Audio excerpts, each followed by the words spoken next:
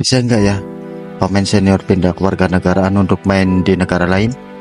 Ternyata ada aturan tersembunyi yang bikin semua itu terjadi rumit. Apa jadinya kalau pemain bintang kesayangan kita tiba-tiba membela negara lain? Temukan jawabannya. Peraturan tentang pemain senior dan naturalisasi. Bayangkan ini, seorang pemain bintang kelas dunia yang sudah bertahun-tahun membela negaranya tiba-tiba ingin bermain untuk negara lain. Apakah itu mungkin? Apa yang sebenarnya terjadi di balik layar aturan yang sangat ketat ini? Jawabannya akan membuatmu kebingungan. Kami akan kasih 5 penjelasan, asalkan Anda jangan kemana-mana. Kami akan menjelaskan satu persatu. 1. Rahasia di balik aturan naturalisasi. Banyak yang mengira bahwa siapa saja bisa mengganti kewarganegaraan untuk bermain di negara lain. Namun, kenyataannya tidak sederhana itu. Organisasi olahraga internasional seperti FIFA, FIBA, dan IO memiliki aturan yang dirancang khusus untuk memastikan kompetisi tetap adil. Salah satu aturannya, jika seorang pemain senior pernah bermain di turnamen resmi tim nasional, mereka hampir mustahil membela negara lain. Kenapa begitu? Karena setiap kali seorang pemain mengenakan jersey tim nasional di turnamen besar, mereka dianggap sebagai wajah negara tersebut. Mereka membawa nama, budaya, dan kebanggaan nasional.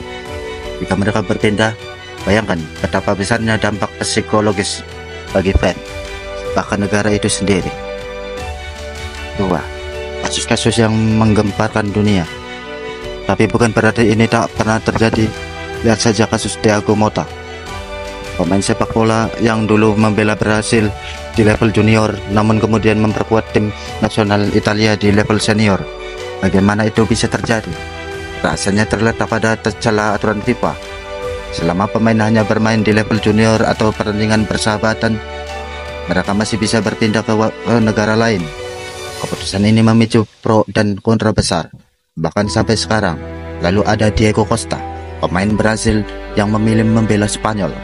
Banyak yang mempertanyakan loyalitasnya, tapi Costa hanya berkata, "Saya ingin bermain di negara yang memberi saya kesempatan lebih besar."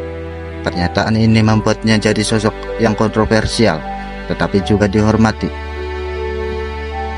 3. Mengapa aturan ini ada?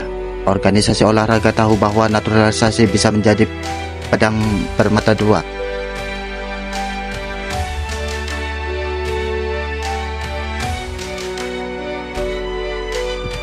Di satu sisi ini membuka peluang besar bagi pemain untuk berkembang dan membawa tim nasional ke level yang lebih tinggi. Namun, di sisi lain, ini bisa merusak integritas olahraga. Apa jadinya jika negara-negara kaya dengan mudah membeli pemain terbaik dunia? Apakah ini masih adil bagi negara-negara kecil? Bahkan ada batasan unik dalam beberapa cabang olahraga. Misalnya, FIFA hanya mengizinkan 1 pemain naturalisasi dalam tim nasional. Artinya, sebuah negara harus memilih dengan bijak siapa yang akan mereka adopsi. 4. Pertanyaan yang menggantung, apakah ini tentang uang, peluang, atau loyalitas? Pindah kewarganegaraan bagi seorang pemain bukan hanya soal aturan, ini juga tentang keputusan emosional yang sulit. Banyak pemain yang merasa lebih dihargai oleh negara lain dibanding negara asalnya. Tapi, ada juga yang melakukannya demi peluang bermain di turnamen besar, seperti Piala Dunia atau Olimpiade. Namun, setiap keputusan ini tidak pernah lepas dari kontroversi. Apa yang akan kamu rasakan jika pemain idolamu tiba-tiba membela negara lain? Bagaimana jika pemain itu membawa negaranya ke kemenangannya melawan negara asalnya? 5. Akankah peraturan ini berubah di masa depan? Dengan dunia olahraga yang semakin global, peraturan tentang naturalisasi pemain terus menjadi bahan diskusi. Beberapa ahli percaya bahwa aturan ini akan semakin longgar di masa depan, terutama dengan meningkatkan migrasi internasional. Namun, apakah itu akan membawa keadilan atau justru menghancurkan semangat kompetisi nasional? Naturalisasi pemain senior adalah topik yang kompleks, penuh cerita dramatis, dan menyimpan kejutan di setiap sudutnya.